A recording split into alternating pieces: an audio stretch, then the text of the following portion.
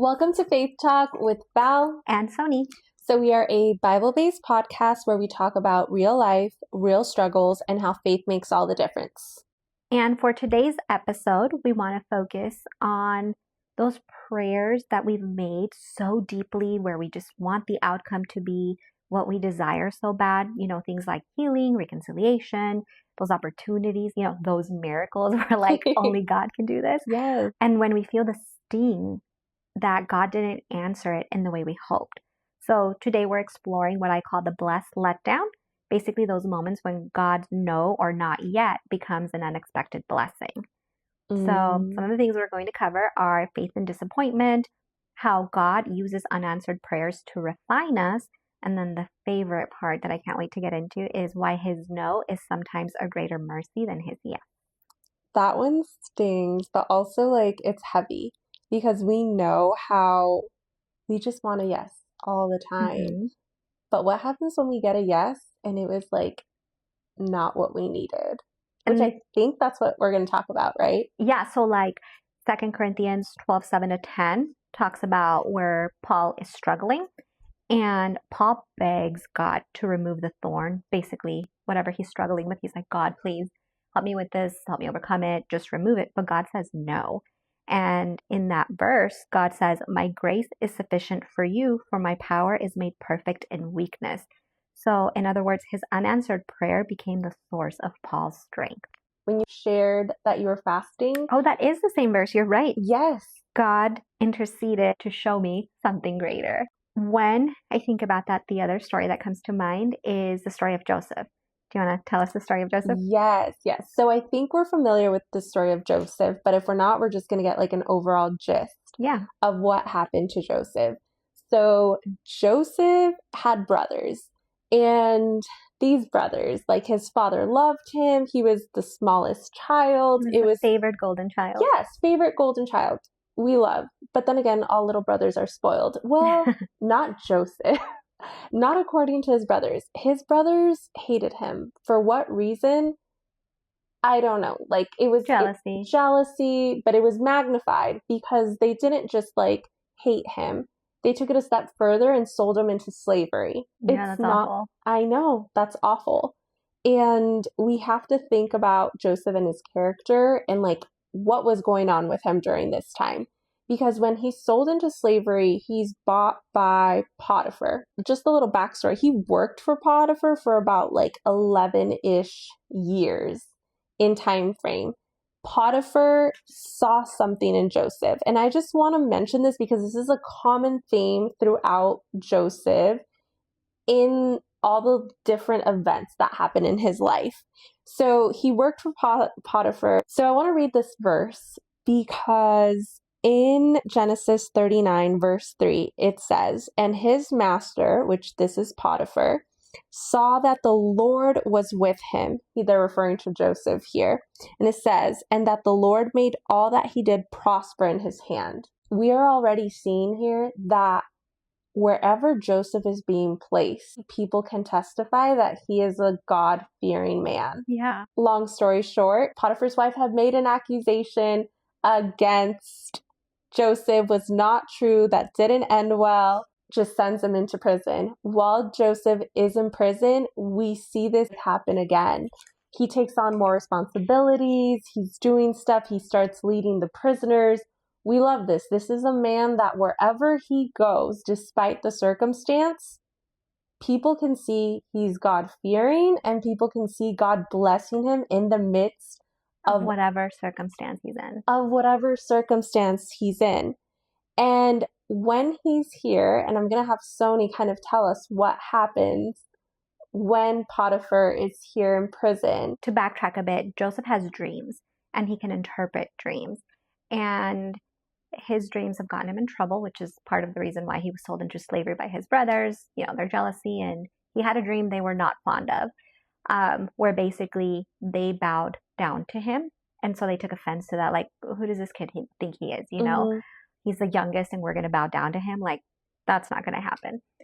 And fast forward to when he's in jail, he shares a cell with the king's baker and the king's butler. And they have dreams. and Joseph interprets the dreams for them. One of them's getting beheaded, the other one will be restored to his position. And so a few days go by, and both of his dreams come true. So the baker gets beheaded, the butler gets restored back into the king's court. When he's leaving jail, Joseph says, "Don't forget me when you go back." In the excitement, the butler forgets him for 2 years. 2 years. 2 years he forgets about him interpreting that dream. That's a long time to forget. But let's think about the character that Joseph must have during these 2 years. He's already worked diligently with Potiphar for almost 11 years, and then that was all for nothing from the outside point of view because it didn't even work in his favor. He was then thrown into prison, and here he is thrown into prison thinking maybe finally like I'll get some favor, and they forget about him for 2 years. But in the time he was working for Potiphar, let's not forget that he built a lot of quote unquote life skills and job related skills and stuff that would later come to work in his benefit as well. So when the butler's back with the king has a dream and they're haunting him. He had multiple dreams, similar scenarios.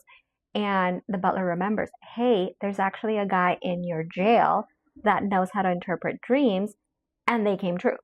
And so the king summons him. Finally, what did you say, 2 years later? 2 years later. And so he's able to interpret the king's dream. There's going to be 7 years of abundance and blessings. And then there's going to be 7 years of drought. Famine. Yes, famine. And so with that being said, the king appoints him like, okay, well, you know what's going to happen. You get us through this. And so for 7 years, they harvest, they store up food.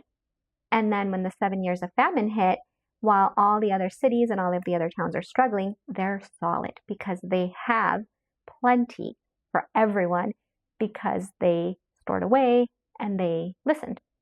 And so in that time frame, when everybody else is struggling, who comes to visit? None other than Joseph's brothers. Oh no. And so they come, they don't recognize him. The last time they saw him, he was 17 years old. And they have no clue who they're, begging for mercy to, bowing down to, asking for help. And so Joseph recognizes them. And long story short, family reunited, all is good. But all that to say is, had Joseph given up hope in, his prayers to get out of jail, or, gone a different course and not continued to work, rising to the occasion regardless of his circumstances, how do you think the situation would have unfolded? Instead, he let it play out. He let God's will play out, and God restored him more than tenfold from being a slave to now being the king's right-hand man. You're right. In order for him to end up where he did, he literally had to work diligently in every season of his life. Yeah. Despite the hardship, had he not, he wouldn't have gained all that experience with Potiphar. Yeah. He wouldn't have gone into jail and ended up in the exact spot he needed to go ahead and deliver a dream interpretation beforehand. This was all thoughtfully planned out to end up in the place that he did. Yeah. And this was all God orchestrating it. A little note that I thought was really cool in Genesis 41, verse 16, it says, and this was prior to Joseph telling Pharaoh what the dream meant. 2 years have passed. They bring him over and he's like, okay, tell us what the dream means. And Joseph answered Pharaoh, saying, it is not in me. God shall give Pharaoh an answer of peace. He could steal all the glory. He can give the dream interpretation and say, yes, it was me. You need me to make it happen. I'm here. Still said, let's just get this clear. I'm not going to steal God's glory. Yeah. This isn't me. This is all God. We see that in a couple different places. His character is just being shown over and over and over again. And I think it shows at the end too, because he doesn't take retaliation over his brothers. He welcomes them again, which is insane after all they've put him through. And the crazy part is, had any of that happened any sooner, I don't think he would have had tools to react in that situation. Who knows if he'd have the character development needed to be successful in the position that he finally ended up with. The other verse that I want to mention is Colossians 3:23-24. Whatever you do, work heartedly as for the Lord and not for men, knowing that from the Lord you will receive the inheritance as your reward. You are serving the Lord Christ. That verse is so impactful, and I actually had a personal experience with that I want to share, because when I look back at that season in my life, I was wrapped in God's grace because things worked out when they shouldn't have worked out the way they did. And just to backtrack a bit, a few years back, I was in a position / recommended for this leadership role. And I had everything I needed to be successful in the role. I had the background, I had, the support from the other leaders. I went through each interview successfully to the point where other leaders were already congratulating. Like, it was assumed that I was the top candidate and that I'd gotten the position. And I prayed for this. I prayed for God to prepare me. I prayed for God to open up those doors. And he did. He opened up every single door in that interview process. And I have to say that, like, when you apply for these leadership positions, specifically in this demographic line of work, it's not just, here's my resume. Like, there's literally hours of work that go into the portfolio that you have to submit. A lot of work that goes into it, a lot of effort that goes into it. And then to hear from everybody else, like, hey, we're so excited. You're going to be one of us. You're coming on board. And so right before the final decision was made, this is what I was told. Mind you, that could have just been a gentle letdown, but I'd like to believe that it was true. But in that time frame, another very successful leader had been on leave. And when he came back, he needed a team.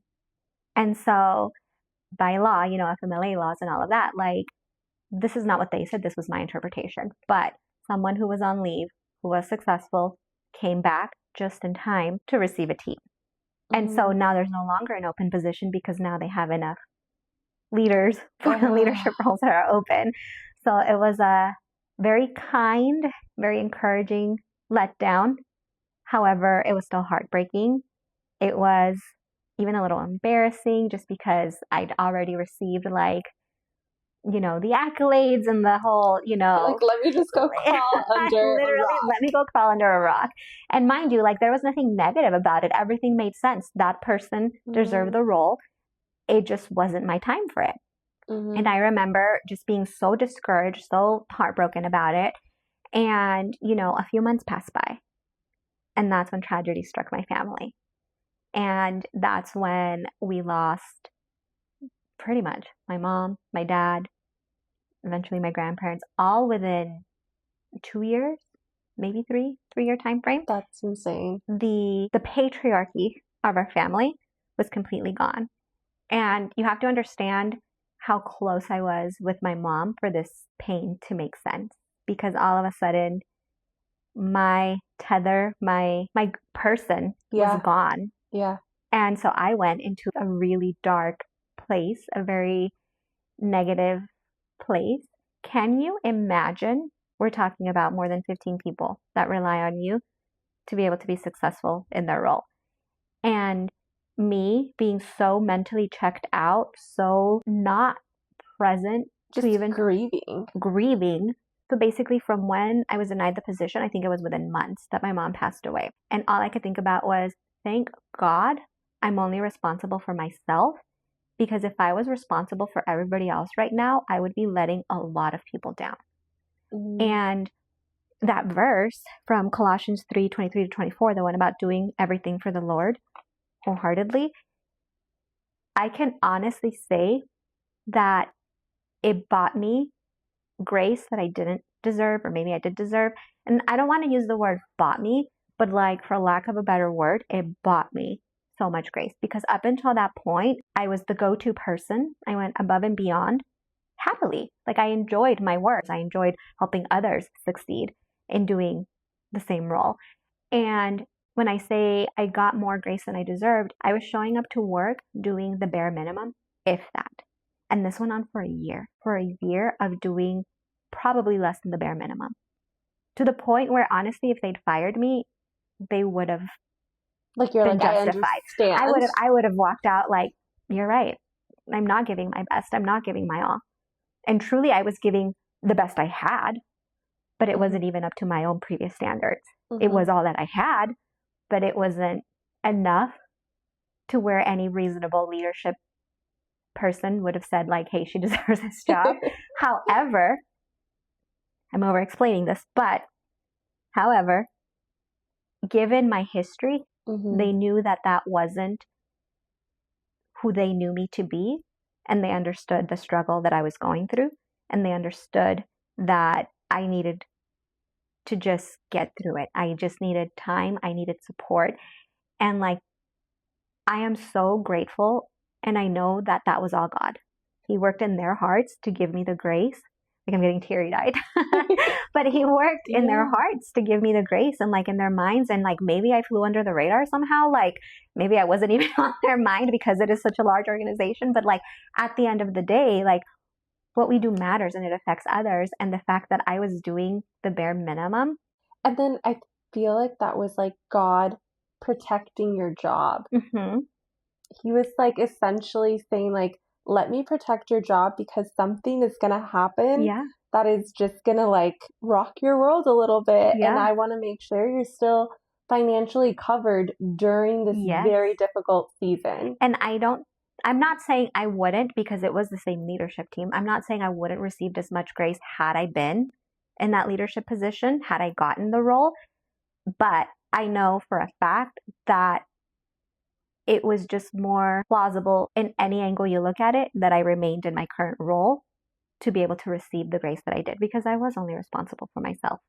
And to tie it back to the story of Joseph and the unanswered prayers, had my prayer been answered, it would have been a disaster. Had I gotten the role, it would have been a disaster, and I probably would have been unemployed within maybe by the end of that year.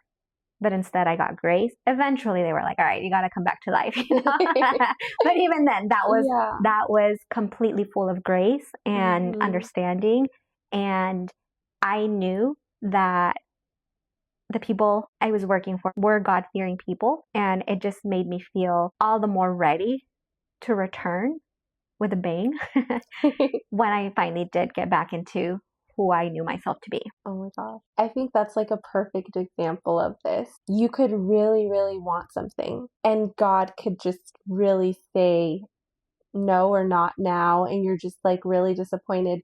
But there was one thing that you said. You said, because the people, leadership, knew your character, they knew it wasn't who you were. And I think we could flip this in both ways. When we're going through these tough seasons, we could say, because we know God's character, we know He's not doing this to us. He has a full picture of so many things going on that we can't see, that we have to trust that everything He's doing is not with lack of knowledge. He's doing it with 100% full knowledge. When God executes things and they don't make sense to us, we just need to trust in God because He has the full picture. So when we operate in trust, it is faith, but we know the outcome is perfect. And for some reason, when we tell God, oh, we need to have blind faith in you, it's assuming that we're blind. But we're already blind because we don't have the full picture.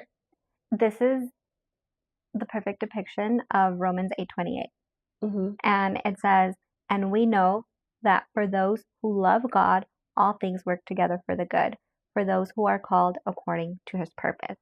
Because not all things are good, but they're always worked into something good with God. Yes. And that was like a beautiful example you shared of that, Sony. It was not a good thing, and another not a good thing happened. But in the end, in retrospect, you can see God's hand in that. And God gives you what you need for each day. And he literally got me through each day, one day at a time, with the grace, with the people I was surrounded with at the time. And I look back at that season now, and again, I think it was completely laced in God's grace and his presence, working in the people's hearts, working in the security of my job, working in the finances through that season.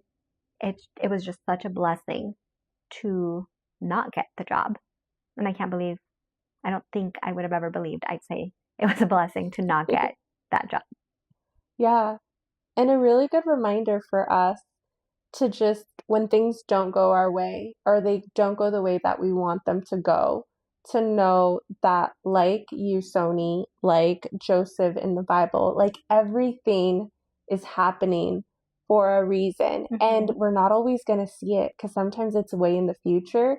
In your case, you were able to see it kind of pretty recently. Yeah. You're like, I'm reflecting on it now. Joseph had to wait like from 17 to 30. So he waited a couple years to see what God had in the works. So the other story, and I want you to tell us the story. This is the story of when Israel wanted a king. And sometimes God withholds what would make us self-reliant. So tell us about Israel. Yes. So Israel is the perfect example of someone asking God for something, God saying no, them being persistent and still asking, and God delivering on what they wanted and ending up in a really bad situation. So in Israel, we all know David was eventually going to be king. He was going to be king. He was always going to be the king. He was always going to be king in his right time. The people of Israel, they wanted a king now, even though God kept telling them, like, no, like, not now, like, you will have a king, but not now. Because he was prepping David during this time. Every single sometimes we think our story is the only one at work, but like there's different people to align. Yes, the people of Israel wanting a king, David going through his own journey and figuring out that he's going to be king, and then nothing happening, just kind of being placed on hold until it does happen. But God, they were persistent. So he's like, okay, you could get a king. Here's Saul. Saul was a horrible king to these people. So much so that they're like, God, we don't want a king. And God is like, no, you wanted one, so now you stay with the king. Eventually, David becomes king, and he's a good king. But the point of the story, and this one is, be careful also for just being so persistent in getting your way. Because God can also give you what you want, and you end up in a miserable situation that you don't want to be in, that wasn't intended for you. So sometimes prayers, if answered, would actually harm us. Yes. So Proverbs 16:9 is a perfect example. The heart of a man plans his way, but the Lord establishes his steps. Basically, a closed door, maybe divine protection. Yes. And also, denied desires can purify your motives. For instance, if God is saying no or not now, maybe he's working in your heart. Maybe there's something you have to overcome or change in your own ways before that blessing can come. Because what if you do receive the blessing that you prayed for, but you're not ready to receive it and you ruin it? Yeah, and that would be so horrible, to ruin something that was meant for you and you're not ready for it. That's actually really scary. That's really, really scary. And that's why I think it's best. Trust God's timing, trust his will, and just grow in the waiting. Better yet, not even waiting, in the preparation. There you go. Because we know God's always working. So when things are not running the way we want them to, as fast as we want them to, when we want them to, just know that that doesn't mean God's not working. Yeah, sometimes his no is really a not yet. Because he's working. He's working. He's preparing. He's setting the stage. Yes. And for those of you listening, maybe you're not being denied. Maybe you're being developed. So ask yourself, what unanswered prayers still sting? What might God be shaping in you through this? And is there a desire you need to surrender or redefine? So just remember this main question, could the delay actually be preparation? So to wrap it up, I want to read Psalm 84:11. No good thing does he withhold from those who walk uprightly. If he's withholding, it must not be a good thing for you right now. I love that. I love that. Awesome. Well, I hope you all enjoyed today's episode, and we hope you join us again next week. Remember, new episodes every Wednesday. And this was Faith Talk with Val and Sony.